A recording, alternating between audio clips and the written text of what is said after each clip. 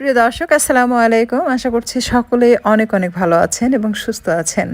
আজকের পর্বে আমি আপনাদেরকে তৈরি করে দেখাবো ম্যাঙ্গো আইসক্রিম। ঘরে থাকা খুব সামান্য উপকরণে আপনারা চাইলে সহজেই ম্যাঙ্গো আইসক্রিম তৈরি করে নিতে পারবেন। এই ম্যাঙ্গো আইসক্রিম তৈরি করার জন্য কোনো প্রকার ক্রিমের প্রয়োজন নেই। তো এর জন্য আমি এখানে নিয়েছি 1 লিটার তরল দুধ। হালকা একটু গরম হয়ে আসলে দিয়ে দিচ্ছি গুঁড়া দুধ হাফ কাপ। আপনারা চাইলে আরও বেশিও দিতে পারেন। আসলে দুধের ঘনত্বটা যত বেশি হবে আপনার আইসক্রিমটা খেতে ততই ভালো লাগবে। আবার ক্রিম দিলে তো কোনো কথাই নেই।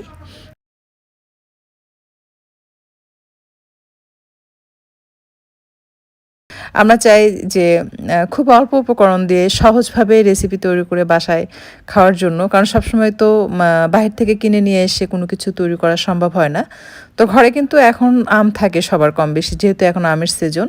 তাই আম আর দুধ দিয়েই কিন্তু আপনারা চাইলে খুব সহজে এই ম্যাঙ্গো আইসক্রিমটি তৈরি করে নিতে পারবেন।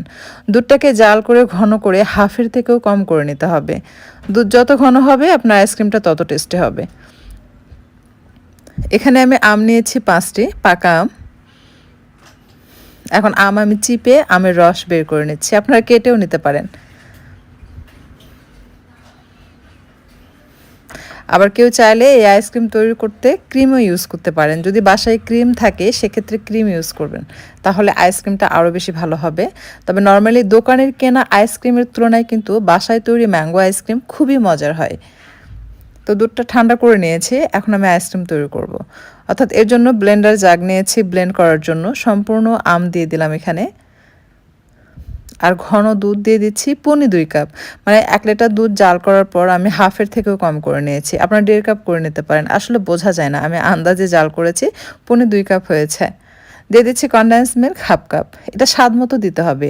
যদি ঘরে কনডেন্স মিল্ক না থাকে সেক্ষেত্রে আপনারা চাইলে কিন্তু চিনি দিতে পারেন। চিনি দিয়েও এই আইসক্রিমটি তৈরি করা যাবে, সেটাও কিন্তু ভালো লাগে। আপনারা কেনা কনডেন্স মিল্ক দিয়েও এটা তৈরি করতে পারেন, আবার চাইলে ঘরে তৈরি করা কনডেন্স মিল্ক দিয়েও আইসক্রিমটি তৈরি করে নিতে পারেন।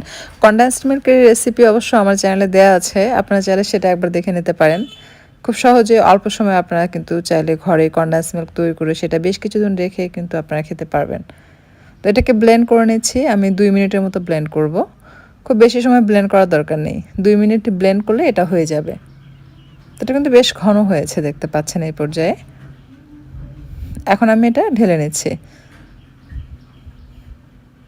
আমি এই যে কাঁচের পাত্র এটাতেই কিন্তু এটা জমাতে দিব।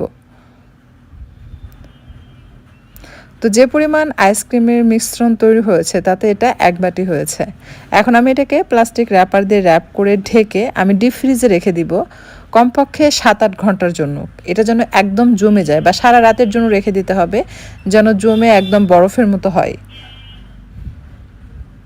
তো আমি এটা ডিপ ফ্রিজে রেখে দিচ্ছি। আমি প্রায় 10-12 ঘন্টা পর এটা ফ্রিজ থেকে বের করেছি। উপরে প্লাস্টিক র্যাপারটা খুলে নিচ্ছি। এটা কিন্তু বেশ জমে গেছে, আমি আপনাদেরকে একটু চেক করে দেখিয়ে দিচ্ছি, তাহলে বুঝতে পারবেন। এটা কিন্তু লিকুইড নেই, এটা লিকুইড থাকা যাবে না, পুরোপুরি জমতে হবে। তো দেখুন ঠিক এরকম জমে যাবে। আপনি যদি সারা রাত রেখে দেন তাহলে এটা এরকম জমে যাবে। যখন এটা জমে যাবে তখন এটাকে বের করে আবারও ব্লেন্ড করতে হবে। আপনারা ব্লেন্ডারেও ব্লেন্ড করতে পারেন, আবার চাইলে ইলেকট্রিক বিটার দিয়েও বিট করতে পারেন। তবে ব্লেন্ডার দিয়ে ব্লেন্ড করলে যেটা হয়, আইসক্রিমটা এরকমই হয় আর কিছুটা বরফের মতো হয়। আসলে যেহেতু এখানে ক্রিম ইউজ করা হয়নি তাই কিছুটা বরফ বরফ ভাব কিন্তু থাকবে। একদম ক্রিমের মতো ততটা মানে স্মুথ আইসক্রিম হবে না যেটাতে বরফ জমবে না। যদি আপনারা এরকম পছন্দ করেন যে না বরফ জমবে না, তাহলে আপনারা ভিভো ক্রিম ইউজ করতে পারেন, সেক্ষেত্রে এটা বরফ জমবে না। তো এটা ছোট, এটাতে যখন আমি বিট করব তখন এটা বেড়ে যাবে, এটার ভলিউমটা বেড়ে যায়। ব্লেন্ডারে ব্লেন্ড করলে কিন্তু আইসক্রিমের ভলিউমটা বাড়ে না, তবে ইলেকট্রিক বিটার দিয়ে বিট করলে এটার ভলিউম বেড়ে হাফ, মানে যেমন ধরেন যে 1 লিটার যদি আপনি বিট করেন সেটা 1.5 লিটারের মতো হয়ে যায়। তো এখানে যে পরিমাণ আইসক্রিমের মিশ্রণ রয়েছে এটাকে যদি আমি ইলেকট্রিক বিটার দিয়ে বিট করি তাহলে এটার ভলিউমটা বেড়ে যাবে। তো প্রথমে এভাবে ভেঙে নেবেন আপনি ইলেকট্রিক বিটার দিয়ে বিট করার সুবিধার জন্য। এরপর ইলেকট্রিক বিটার দিয়ে এটাকে বিট করতে থাকবেন। ততক্ষণ পর্যন্ত এটাকে বিট করতে হবে যতক্ষণ পর্যন্ত এটা ফ্লাপি না হবে। কিন্তু এটাকে বিট করতে করতে একেবারে লিকুইড করে তরল করে ফেলা যাবে না। যদি দেখেন যে এরকম তরল হয়ে এসছে আর ক্রিমি হয়েছে, সঙ্গে সঙ্গে আপনারা বিট করা থেমে দিবেন, দিয়ে আবারও ডিপ ফ্রিজে রেখে দিবেন। এমন করবেন না যে এরকম লিকুইড হয়ে যাওয়ার পরও আপনি মিনিটকে মিনিট বিট করতে করতে একদম পানির মতো করে ফেলবেন, তাহলে কিন্তু সেটা গলে গিয়ে আপনার যে ফ্লাফিনেস ভাব সেটা কিন্তু কমে গিয়ে আগের পর্যায়ে গিয়ে দাঁড়াবে। তো আমি একটু কালার মিক্স করছি, কারণ এটা বিট করতে করতে কি হয়, এটার কালার যেটা সেটা লাইট হয়ে আসে, তাই কালারটা যেন সুন্দর দেখা যায়, তাই আমি একটু জর্দার কালার পানির সাথে মিক্স করে মিক্স করলাম আর কি। এই পর্যায়ে আপনারা চেক করে দেখতে পারেন, মিষ্টিটাও কিন্তু হালকা হয়ে যায় বিট করার পর। যদি আপনাদের কাছে মনে হয় যে এই পর্যায়ে মিষ্টি কম মনে হচ্ছে, তাহলে আরও কিছুটা কনডেন্স মিল্ক অ্যাড করে আপনারা ইলেকট্রিক বিটার দিয়ে বিট করে খুব সুন্দরভাবে মিশিয়ে নিতে পারবেন। তবে চিনি দিলে কিন্তু মিক্স হবে না, দানা দানা থাকবে। আমি যে পাত্রে এটা প্রথমে রেখেছিলাম সেই পাত্রে ঢেলে নিচ্ছি, তাহলে আপনারা বুঝতে পারবেন যে এটার ভলিউম বেড়েছে কিনা। তো দেখতেই পাচ্ছেন এটা কিন্তু ভর্তি হয়ে গেছে। আমি যদি এটা প্লাস্টিক র্যাপার দিয়ে র্যাপ করি তাহলে কিন্তু এটা উপরে লেগে যাবে, তাই আমি কিছুটা একটু উঠিয়ে রাখলাম, রেখে এটাকে সমান করে নিচ্ছি। বাকিটা অন্য একটি পাত্রে আমি ঢেলে নিচ্ছি।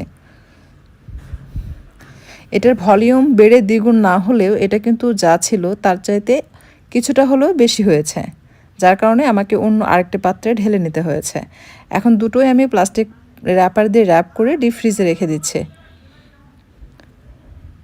আপনার সেকেন্ড টাইম ইলেকট্রিক বিটার দিয়ে বিট করবেন, তাহলে ভলিউম বেড়ে এরকম হয়ে যাবে, মানে বেশি হয় আর কি আইসক্রিমটা।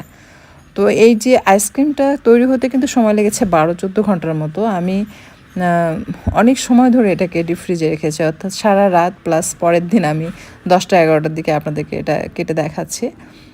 দেখুন আইসক্রিমটা কতটা পারফেক্ট হয়েছে। তো যে আইসক্রিম অন্য একটি পাত্রে আমি রেখেছিলাম সেটা কিন্তু কেটে পিস পিস করে আমি এই আইসক্রিমের উপরে রেখেছি, একটু বাদাম গার্নিশ করে দিচ্ছি। বাদাম দিয়ে এই আইসক্রিমটা খেতে বেশি ভালো লাগে। যখন আমরা এটা জমাতে দিয়েছি সেই সময় যদি আপনারা ভাজা চেনা বাদামটা ইউজ করেন এটাতে, সেটাও কিন্তু খেতে অসম্ভব ভালো লাগে।